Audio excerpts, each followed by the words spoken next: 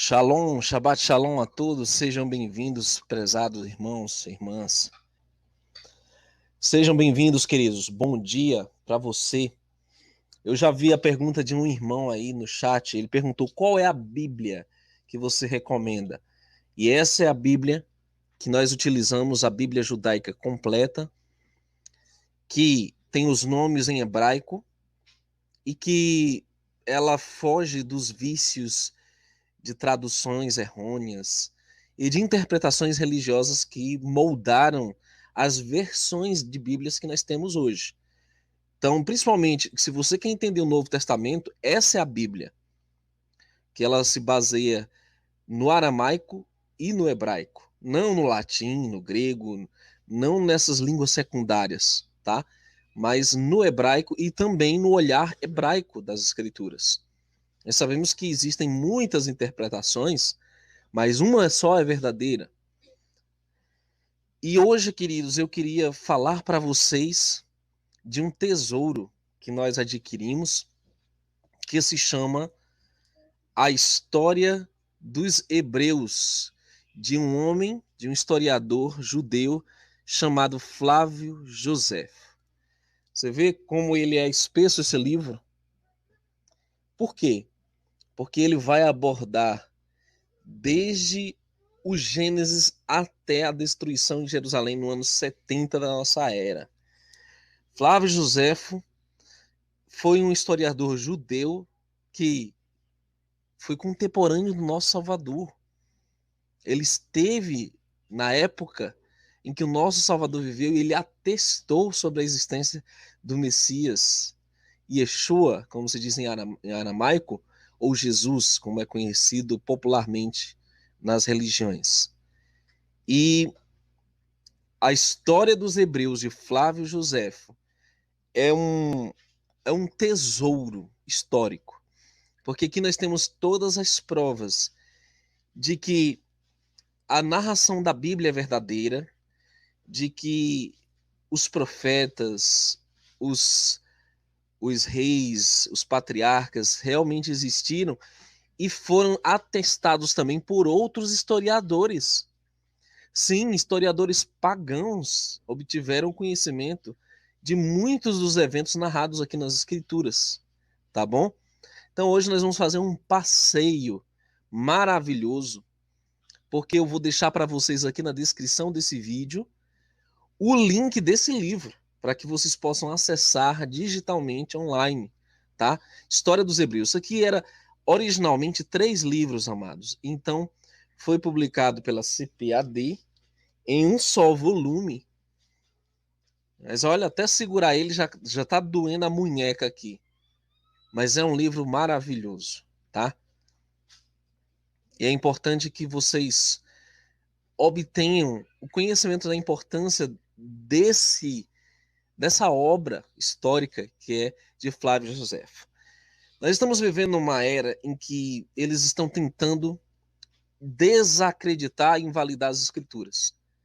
Então nós precisamos nos municiar de todo o mecanismo que venha corroborar com a nossa fé, seja histórico, arqueológico, seja é, ligado a fatos atuais, porque os fatos atuais também comprovam as escrituras, por exemplo, quando uma profecia se cumpre. E nós temos que conhecer bem a história do nosso povo. E quem é o nosso povo? Nosso povo são os hebreus, ok? O povo de Israel, as 12 tribos, são o nosso povo. O cristianismo ele tem como pano de fundo, como fundamento, a história dos hebreus. É lógico, porque senão a Bíblia não constaria ali os 39 livros, né, do chamado Antigo Testamento. E não só isso. Quando nós nos apropriamos das nossas origens hebraicas, nós descobrimos que nós somos também parte desse povo, não só espiritualmente, mas também fisicamente. É isso que eu quero tratar com vocês. Meu sobrenome, como vocês sabem, é Gomes. Meus ancestrais eram hebreus. Nossa família viveu na Espanha no século 14, 15. e de lá foram enxotados pela Inquisição para Portugal. Como se não bastasse, de Portugal eles foram enxotados, foram obrigados a fugir para o Brasil. E por incrível que pareça, esse povo todo veio se esconder no sertão nordestino. Olha só que interessante. A maioria do nosso povo hebreu, durante a Inquisição, o auge da Inquisição espanhola, né, teve que fugir para Portugal e depois veio para o Brasil. E eles ocuparam principalmente um território nordestino que corresponde hoje a Paraíba, Pernambuco, Ceará, ok? E, e essas famílias foram assimiladas na cultura brasileira. Eles se casaram com católicos, eles tentaram se misturar para poder sobreviver. Mas o nosso legado ele permanece firme.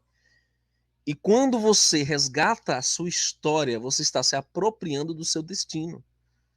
Quando você conhece as suas origens, você está resgatando a sua identidade perdida. Que muitos são ignorantes quanto às raízes hebraicas brasileiras. E nós temos que conhecer isso, queridos. Eu vou colocar na tela aqui esse livro maravilhoso para vocês verem alguns trechos comigo. E eu me emocionei porque assim que eu comprei esse livro, aliás, a Gemima comprou, né? E foi um achado tremendo, um presente aqui que ela deu. E nós abrimos imediatamente na página que fala do nosso Messias. E a descrição que Flávio Josefo faz de Yeshua, ou Yahushua no hebraico antigo, é tremenda. E vocês vão ver o porquê que esta obra de Flávio Josefo é tão importante, dado o teor histórico, o embasamento arqueológico também que ele narra aqui nas páginas desse livro. É tremendo, ok? Então deixa eu colocar aqui na tela para que vocês acompanhem esse comentário das escrituras. Então vamos lá. Bom, nós vamos começar aqui. Eu vou deixar esse link aqui para vocês aqui no final do vídeo, né? Vocês podem voltar no vídeo depois e acessar o link que eu vou deixar e podem baixar esse PDF, tá? Aqui ele começa assim, ó, no Gênesis 1, no princípio o Criador fez o céu e a terra, mas a terra não era visível porque estava coberta de trevas espessas. E o Espírito do Criador adejava por cima dela. O Criador ordenou em seguida que se fizesse a luz, e a luz apareceu imediatamente. Depois de ter considerado essa massa, o Criador separou a luz das trevas. As trevas chamou noite e a luz dia, dando ao começo do dia o nome de manhã. E o fim, o de tarde. Foi ao primeiro dia que Moisés chamou um dia e não o primeiro dia. Veja que diferença notável aqui que ele faz. Por razões que eu poderia explicar, mas como eu prometi escrever sobre todas as coisas em um trabalho especial, reservo-me para falar disso nele. No segundo dia, o Criador fez o céu, separou-o de todo o resto e colocou-o por cima, como sendo o mais nobre. Rodeou-o de cristal e temperou com umidade própria para formar as chuvas que regam docemente a terra. Então, quando você lê isso aqui, ó, que ele rodeou de cristal o céu e temperou com umidade própria para formar chuvas que regam docemente a terra, cristal é uma substância sólida, amados. E esse cristal que é mencionado aqui é a mesma coisa que Enoque menciona lá no livro de Enoque. E o que é mais lindo de tudo é que isso casa perfeitamente com a descrição do patriarca Jó, né? Que ele diz que o Criador ele congelou a água ao redor dos mares. Nós chamamos de Antártica. Mas ele congelou essa água. E não somente isso, que o Criador ele fez uma cúpula sólida de cristal. Isso nós chamamos de domo, nós chamamos isso aí, né, de cúpula, abóboda, câmara. Tem vários nomes no hebraico que é o raquia, né? É os céus sólidos que a Bíblia chama. E Flávio Joséfo, ele vem falar algo diferente dos patriarcas. Ele vem falar algo diferente da Torá? Não. Ele vinha atestar a mesma coisa. Isso que é lindo, de você ver a simetria, o entrosamento do relato desses homens, sabe? O entendimento único que eles tinham, um entendimento unido que eles tinham. Pois bem, agora, amados, ele vai dizer algo mais interessante ainda, que aqueles de vocês que não estão muito a par da cosmologia bíblica vão ficar impressionados. Mais embaixo ele diz assim, ó. No terceiro dia, tornou fixa a terra. Ao meu entender, amados, tornar algo fixo é imóvel, é torná-lo estático, né? Sem movimento. Então, no terceiro dia, o Criador fixou a terra, né? Deixou ela imóvel, rodeou-a pelo mar e fê-la produzir as plantas com suas respectivas sementes. É isso que é lindo, né? A simetria que a Bíblia tem, que todos esses historiadores, profetas, escritores, eles têm a mesma narração, né, da antiguidade.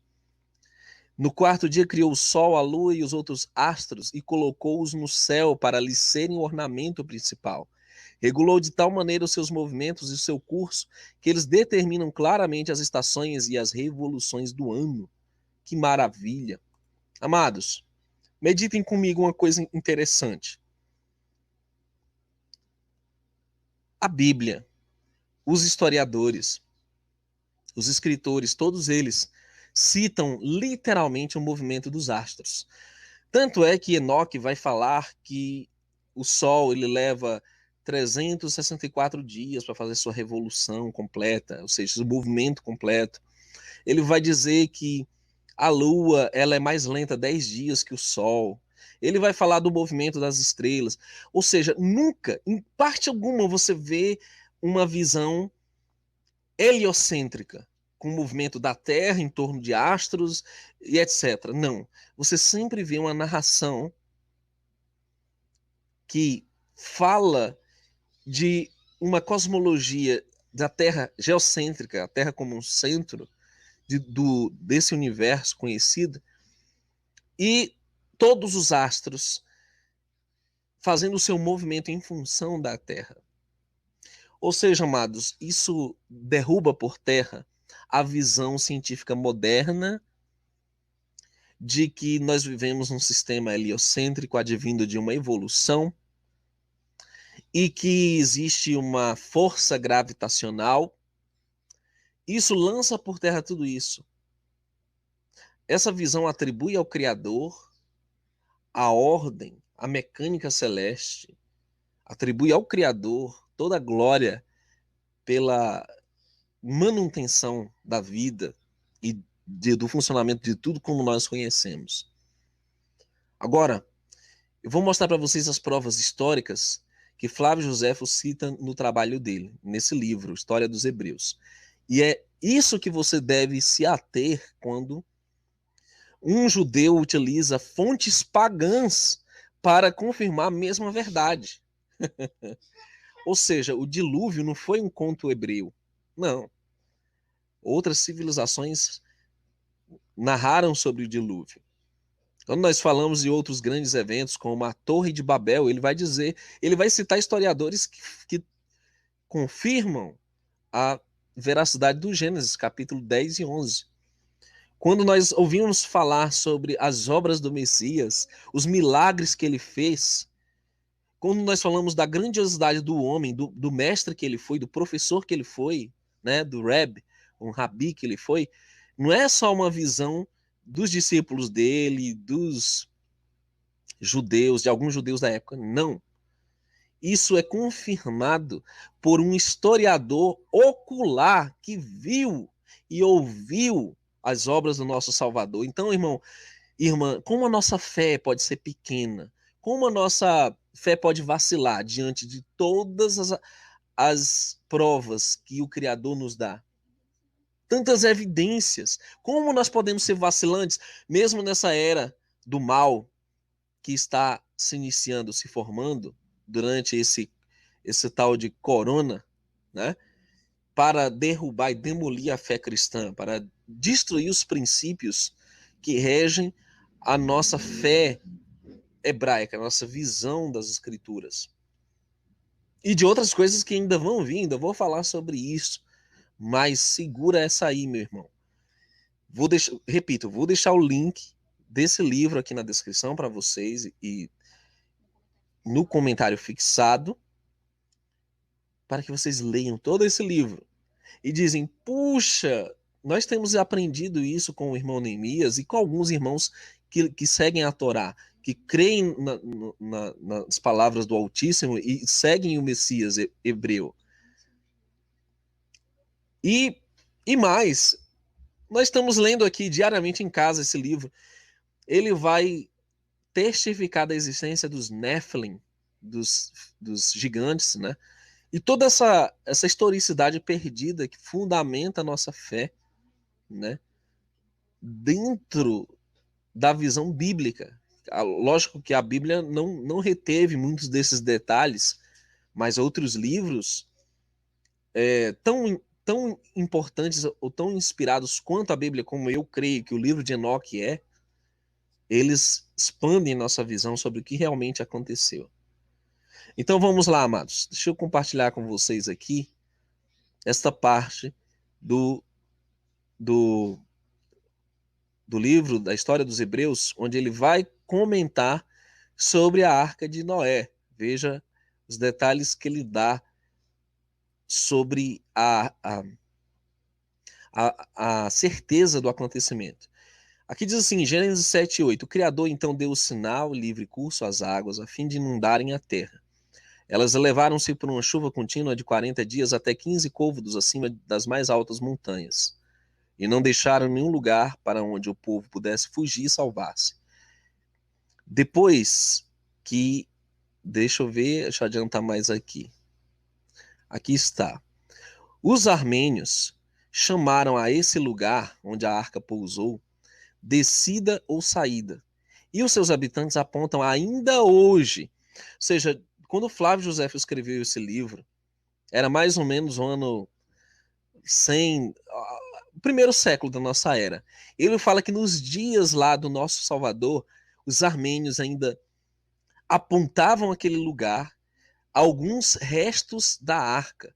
Se você voltasse 2000 anos atrás no tempo, você ainda iria encontrar vestígios da arca de Noé. Que coisa tremenda. Todos os historiadores, mesmo os bárbaros, falam do dilúvio e da arca, dentre outros Berose, Caldeu. Eis as suas palavras. E ele vai citar uma fala desse historiador babilônico. Disse que ainda hoje se vêem restos da arca sobre a montanha dos Cordiens, na Armênia. Alguns levam desse lugar pedaços de betume, com o qual ela estava recoberta, e deles se servem como impermeabilizante. Jerônimo, egípcio que escreveu sobre as antiguidades dos fenícios, Minaséias e vários outros disso falam também. Nicolau de Damasco, no 96º livro de sua história, mencionam nesses termos. Há na Armênia, na província de Miniade, uma alta montanha chamada Bares, sobre a qual disse: muitos se salvaram durante o dilúvio, e que uma arca, cujos restos se conservam por vários anos, e na qual um homem se havia encerrado, deteve-se no cume dessa montanha. A probabilidade de que esse homem é aquele de que fala Moisés, o legislador dos judeus. Tiago Freitas, obrigado, irmão, pela consideração, por nos apoiar no superchat. Vocês estão vendo, ele cita não só um, mas dois, três, vários historiadores que atestam a veracidade do Gênesis. Então, se os eventos como o dilúvio, como a Torre de Babel aconteceram, você acha que o relato da criação é algo fictício, algo figurado? Não, meu amado. E é isso que eu quero trazer em questão agora. Os historiadores, mas não só os historiadores hebreus, como também os historiadores pagãos, eles trazem um relato muito parecido também com a criação. O que nós precisamos entender é o seguinte, que a fé, nossa fé, que é imuná no hebraico, ela é baseada em lealdade, em confiança. Por exemplo, nós levamos muitas vezes a sério o que Einstein disse. Nós levamos a sério o que Isaac Newton disse. Nós levamos a sério o que tantos cientistas dizem. Mas quando o Criador chega e fala, ele não espera que nós façamos menos do que nós fazemos com essas autoridades. Ele quer que nós levemos em conta o que ele está falando. Que a palavra dele é verdadeira e fiel e vai se cumprir exatamente como foi predita. E alguém pode dizer assim, mas e se esses relatos tiverem sido modificados? Obrigado, Daniel Tenório, pelo apoio ao Superchat. Que a Rua te abençoe também, meu irmão, e sua família. Quando nós levamos em conta o que o Criador diz, isso é fé, isso agrada ao Pai. E aí muitos podem dizer, mas a Bíblia deve ter sido modificada. Amado, com tantas testemunhas falando a mesma coisa, como nós podemos questionar a autenticidade desses relatos, a veracidade desses relatos? Não podemos. Se Moisés falou uma coisa, Enoque falou a mesma coisa no livro dele, vem Jó depois, fala a mesma coisa, vem os provérbios, né, de Salomão, sei lá, 2.000 anos depois, 3.000 anos depois, 3.000 anos e alguns séculos depois da criação, e fala a mesma coisa. Como nós podemos pôr em xeque algo que foi vaticinado por todos os profetas, os reis, os patriarcas? Não dá. São o mesmo relato, não divergem. Sem falar que o livro de Flávio Josefo, A História dos Hebreus, está em harmonia com as descobertas recentes, né, do século XX agora, dos manuscritos do Mar Morto. Porque o que acontece? Flávio Josefo ele vai falar de reis que estavam naquela época, e ele é a maior autoridade histórica de Agripa, de Festo, sobre Herodes. Ele narra detalhes sobre o reinado desses homens aqui, coisa de 2.000 anos atrás. Então, ou seja, as escrituras são demasiado exatas para nós pormos em xeque a validade. Então eu vou aproveitar para ler logo aqui o relato do Messias, dado por nosso amigo Flávio Josefo, que foi um homem tremendo, que viveu durante o cativeiro romano, que era um homem que era temente ao Eterno, sem dúvida. Embora ele tivesse se tornado um cidadão romano, né?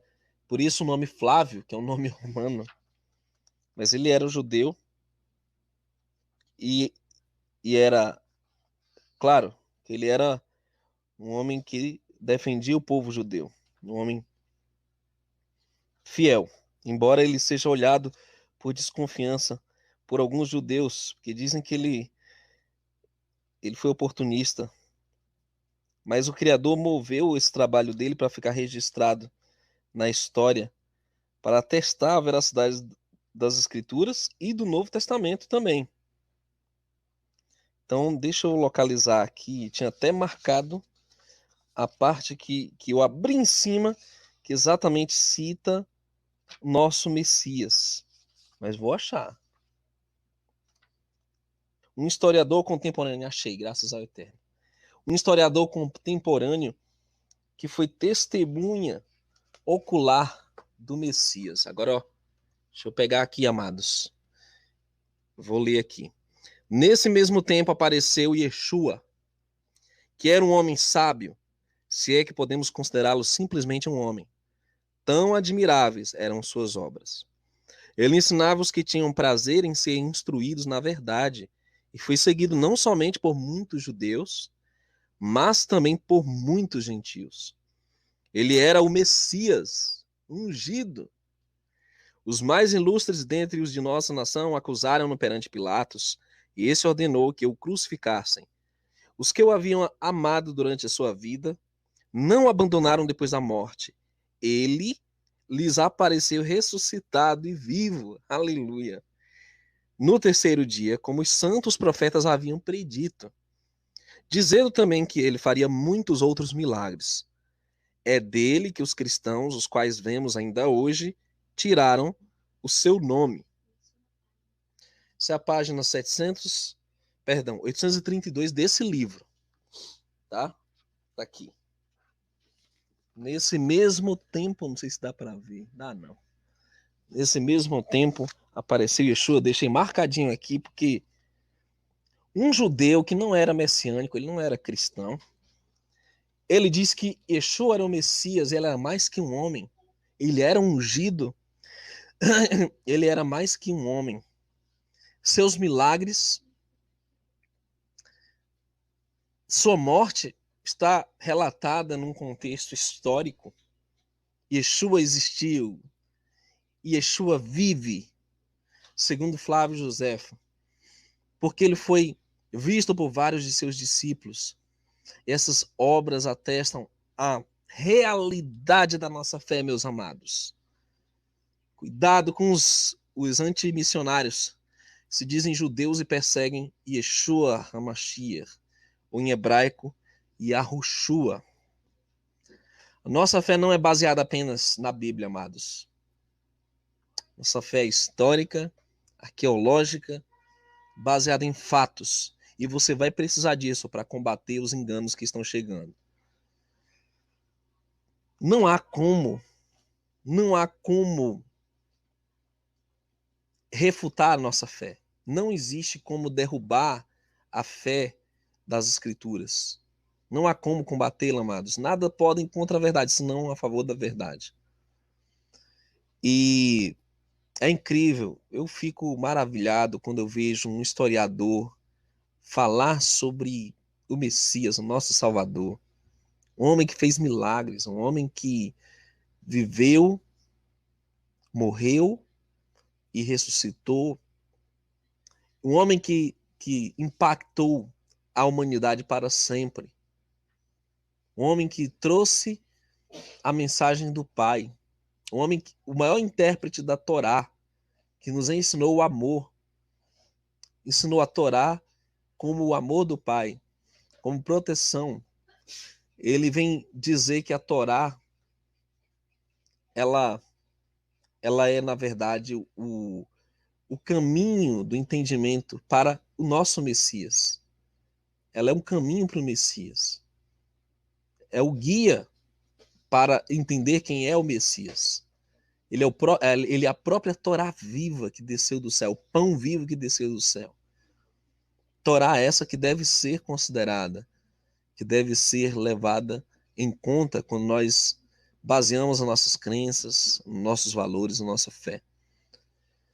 Que o Eterno abençoe a vida de cada um de vocês abundantemente. Eu vou deixar, como eu falei, o link do PDF que você pode baixar no seu computador, no seu celular ou tablet, para ler esse livro, História dos Hebreus, por Flávio Josefo. Eu quero posteriormente também falar de outros livros, outras obras históricas que vão engrandecer a sua fé e vão te firmar ainda mais no testemunho do Messias e no mandamento do Eterno. Obrigado a todos os nossos irmãos que estiveram conosco, que o Criador vos abençoe, em nome de Yahushua HaMashiach. Shalom, irmãos, até um próximo estudo.